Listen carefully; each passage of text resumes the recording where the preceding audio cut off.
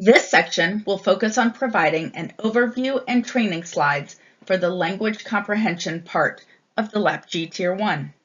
As always, it's important to provide a reminder of the overall purpose of the LAPG.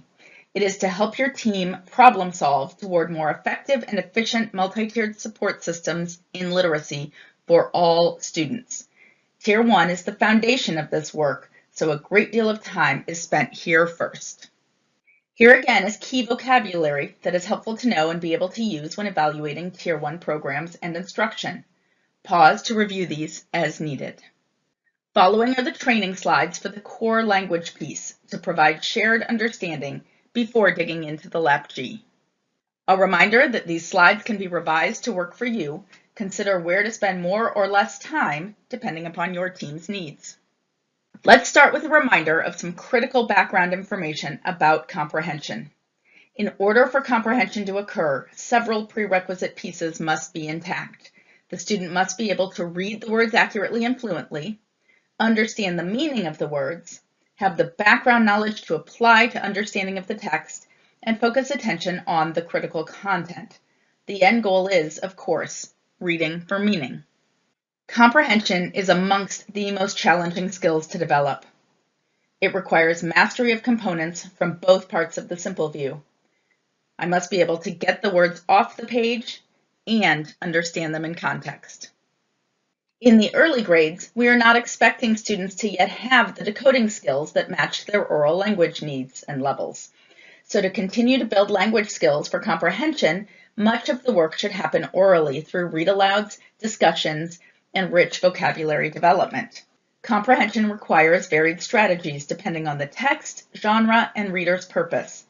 Am I reading for entertainment or to gather information or to be convinced of an argument? What is the complexity of the text? Is it a topic about which I have strong background knowledge? To build comprehension skills, instruction starts at a more superficial level, asking literal questions such as who, what, where, when, and then progressing to deeper level questions of why, inferencing, and synthesizing as examples. We must explicitly teach how to read text with a critical eye. We must explicitly teach comprehension strategies that have been proven to aid comprehension, such as asking and answering questions, identifying main idea and supporting details, self-monitoring. However, these must be taught with an understanding that background knowledge and vocabulary are key factors to comprehension. As a reminder of the importance of background knowledge, consider this phrase. If you're one of those who thought you'd see an automatic in the 911 when pigs fly, may we suggest you duck. So why is background knowledge important? Are you listening to my next question here, or are you stuck above and rereading, perseverating on this phrase because your brain is trying to figure out what it means and where it fits? For most people, this is the case. You are stuck on the blue because you weren't given the background to understand the phrase, and even if the teacher in class is moving on, you're not, and now you're missing new content. So to fill in that gap, this was an advertisement in USA Today for the Porsche 911 the first time it came out in an automatic version. If you have a picture here, if I mention cars to prime knowledge, those would have all helped with an understanding of the phrase, as well as understanding that many thought this would never occur, hence the idiom when pigs fly. This part is not particularly relevant to the training other than to point out what happens when we don't have the background knowledge to incorporate information and help us with comprehension. So background knowledge is important for helping us scaffold our understanding, searching through our memory for related information, being able to remember more, and do that more efficiently and effectively. Natalie Wexler brings together information on the importance of background knowledge in the knowledge gap. As she articulates, skipping the step of building knowledge doesn't work. The ability to think critically, like the ability to understand what you read, can't be taught directly and in the abstract. It's inextricably linked to how much knowledge you have about the situation at hand.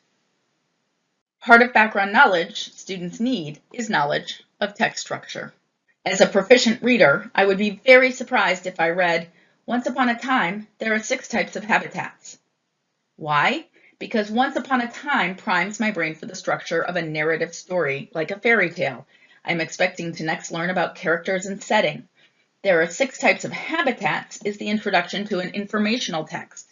This is a different structure and leads me to approach it in a different way, expecting a main idea and supportive description, sequence, comparison, problem and solution, or a cause and effect related to the topic. This sentence is presented as an example of the challenge reading can present. Is it clear who the reference she is referring to in the second sentence? Often we have to make inferences about what is happening and why in a story. Our background knowledge and understanding of text coherence help us to do this. Students need skill building in areas such as the ability to regulate reading speed according to purpose, the ability to monitor one's own comprehension, the discipline to ask and answer questions along the way, and understanding the organization of the text. Another critical area of skill building is understanding language structures. Here is an example of a very complex concept in several sentences. If I ask you what was solid gold, how many times do you need to reread the sentences to figure it out? Syntax and grammar support a student's ability to make meaning from a sentence, paragraph, and text. Morphology can also facilitate understanding of individual word meaning. Language development also includes building mastery of figurative language such as idioms and homonyms. Building knowledge of these through oral language development facilitates readiness to encounter these language structures in text. The National Reading Panel did identify 8 comprehension strategies that do facilitate reading comprehension. These are important to teach and then practice with text. However, it is important to recognize that these need only be taught briefly in about 6 lessons, and the focus should then shift to using these to build knowledge through text sets and integrated content learning and reading, so that a significant focus is addressing the vocabulary and background knowledge that are integral to making meaning from text. So to wrap up this review, good readers are proficient in recognizing when the path to meaning is blocked, retracing steps until the path is clear again, using strategies such as rereading, self-questioning, and summarizing to facilitate their own understanding, self-monitoring their own comprehension, determining when to self-correct, and cross-checking correction for maintenance of comprehension. This all develops from some explicit instruction and then lots of practice using these strategies in the context of building knowledge, including vocabulary, across many different concepts. Now it is time to dig into your curriculum and begin evaluating the language comprehension section using the LAPG.